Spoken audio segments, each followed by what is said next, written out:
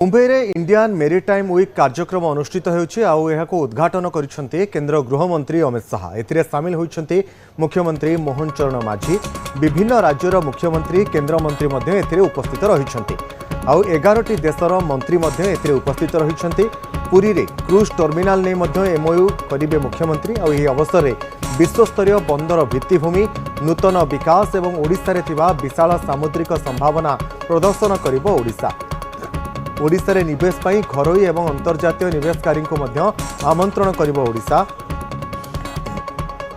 ओडिशा सरकार 500 दिन पूर्ण करिथिबारु ओडिशार विकास, शिल्प अभिवृद्धि एवं निजुक्ति सृष्टि राज्य सरकार विभिन्न पदक्षेप नेउछन्ते। तेणु एही कार्यक्रम रे ओडिशा सरकार निवेशक, शिल्प अंशीदार एवं सामुद्रिक क्षेत्र रे निवेशक मानकु ओडिशा रे निवेश करिबा पाई आमंत्रण करिवे। एहा सहित Indian port association, Paradip Puri authority, Indian waterway authority भली विभिन्न जातीय संस्था सहित राज्य सरकार एमओयू स्वाक्षर करिवार कार्यक्रम मध्य अभिवादन किया जाएगा। छत्रपति शिवाजी महाराज की, Chhatrapati Shivaji Maharaj. The lamp is luminous, its radiance grants victory, its light imparts dharma and wisdom. दीप ज्ञान का प्रतीक होता है, हम सभी जानते हैं और प्रार्थना करते बने। अविस्मरणीय क्षण हम सभी के लिए। Let us have a resounding of claps, ladies and gentlemen. प्रधानमंत्री श्री नरेंद्र मोदी जी के दूरदर्शी नेतृत्व में भारत ने समुद्री क्षेत्र को राष्ट्रीय विकास की धुरी बनाया है। Ports for prosperity, shipping for आत्म भारत का मंत्र आज भारत को वैदेशिक व्यापार के नए मानचित्र पर स्थापित कर रहा है। सागरमाला, भारतमाला और ब्लू इकोनॉमी जैसे अभिनव योजनाओं ने हमारे तटीय राज्यों की अर्थव्यवस्था को नई ऊर्जा दी है।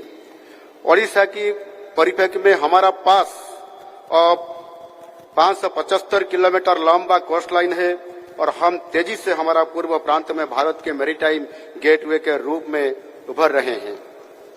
नई ओडिशा अब असीम संभावना और अवसर की प्रतीक बन चुका है।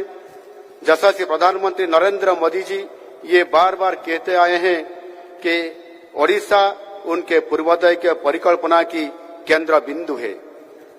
प्रधानमंत्री जी की मार्गदर्शन हमारे लिए एक शांति बन चुका है, एक शक्ति बन चुका है और हम ओडिशा के मैरीटाइम इकोसिस्टम को मॉडर्न, सस्टेनेबल और ग्लोबली कॉम्पिटिटिव बना रहे हैं।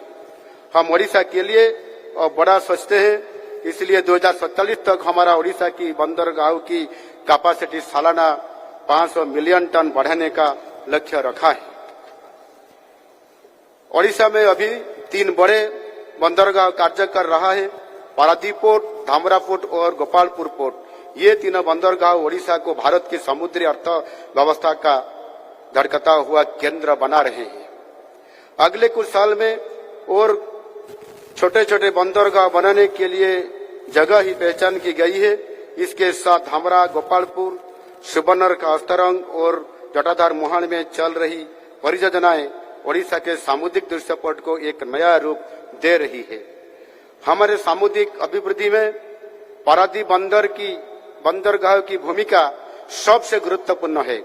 पिछले 2 साल में अच्छी प्रदर्शन के लिए पारादीप पोर्ट को बहुत सारी पुरस्कार भी मिला है।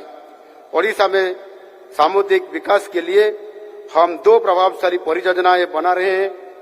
एक 21,500 करोड़ रुपए की बाहुडा पोर्ट परियोजना और एक दूसरा है 24,700 करोड़ रुपए की शिप बिल्डिंग क्लस्टर जो कि महानदी की मुहान में बनेगा। ये दोनों प्रोजेक्ट्स हमारे समुद्री तट का व्यापार और उद्योग क्षेत्र की एक केंद्र स्थल बनाएगी और निवेश तथा रोजगार के असीम संभावना सृष्टि करेगी। आप सबको मालूम है कि ओडिशा खनिज संपद से धनी है। देश की दूसरा सबसे ज्यादा खनिज ओडिशा में पाया जाता है।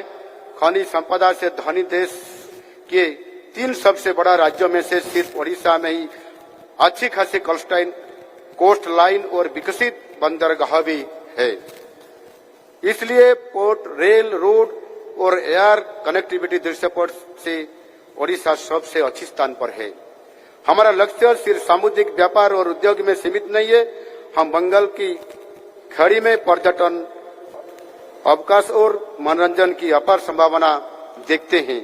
भगवान जगन्नाथ जी की पवित्र भूमि श्री क्षेत्र पुरी में एक क्रूज टर्मिनल का विकास किया जा रहा है। चिल्का झील के आसपास इको टूरिज्म का विकास के लिए कदम लिया जा रहा है। इससे निरंतर और समावेशी विकास के लिए नई मार्ग खुल रहा है।